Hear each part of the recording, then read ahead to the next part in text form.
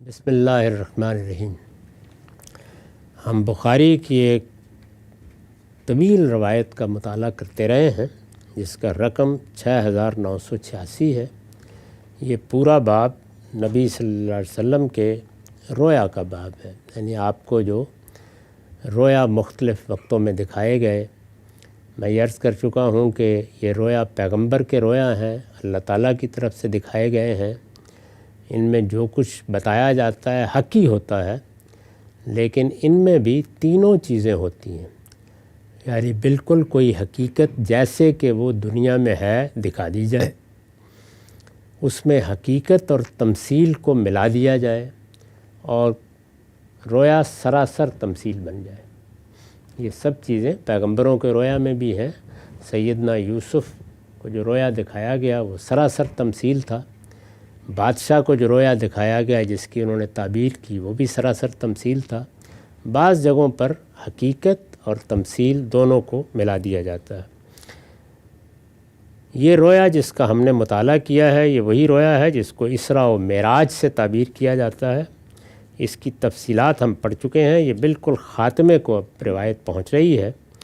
اس میں آخر میں اب یہ کہا ہے کہ جب سیدنا موسیٰ نے یہ توجہ دلائی کہ یہ آپ 5 نمازیں کہہ رہے ہیں، میں نے تو اپنی قوم سے اس سے کم چاہا تھا، وہ اس کے لیے بھی آمادہ نہیں ہوئے، آپ دوبارہ جائیے۔ یعنی اس رویا میں جب یہ معاملہ پیش آیا تو اس سے پہلے بھی بیان ہو چکا ہے کہ جب کبھی ایسی صورت پیش آتی تو رسول اللہ صلی اللہ علیہ وسلم دیکھتے کہ جبریل کیا مشورہ دیتے ہیں۔ اس کے الفاظ ہیں کہ کل ذالک یلتفت النبی صلی اللہ علیہ وسلم الی جبریل لیشیر علیہ ولا یکرہ ذالک جبریل کہتے تھے کہ ٹھیک ہے آپ چلے جائیں، دوبارہ پروردگار سے عرض کر دیں۔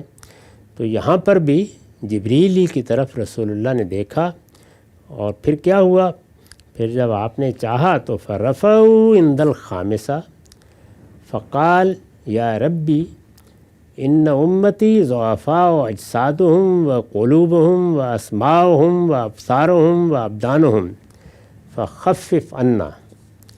فقال الجبار یا محمد قال لبیک وسعدیک قال انه لا يبدل القول لدی كما فرضته عليك في الكتاب قال فكل حسنة بعشر أمثالها فهي 50 في الكتاب وهي 5 عليك۔ فرجع إلى موسى فقال كيف فعلت؟ فقال خفف عنا آتانا بكل حسنة 10 أمثالها۔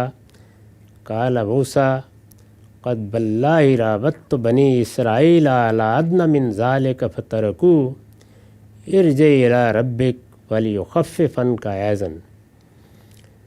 قال رسول الله صلى الله عليه وسلم يا موسى قد والله استحييت من ربي مما اختلفت إليه۔ قال فاهبط بسم الله۔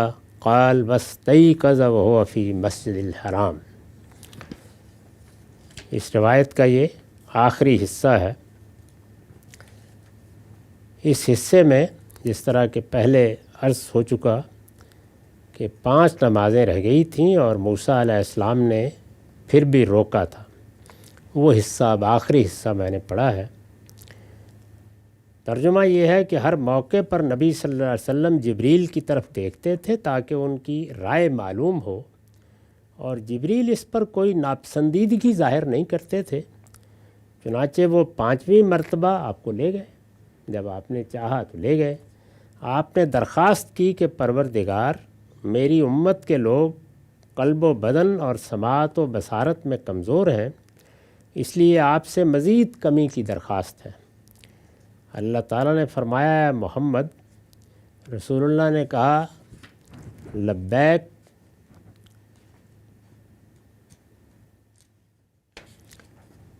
میں حاضر ہوں، میں حاضر ہوں۔ اللہ نے فرمایا میرا کہا ہوا تبدیل نہیں ہوتا، چنانچہ حکم تو وہیں رہے گا جیسا کہ میں نے الکتاب میں تم پر فرض کیا ہے۔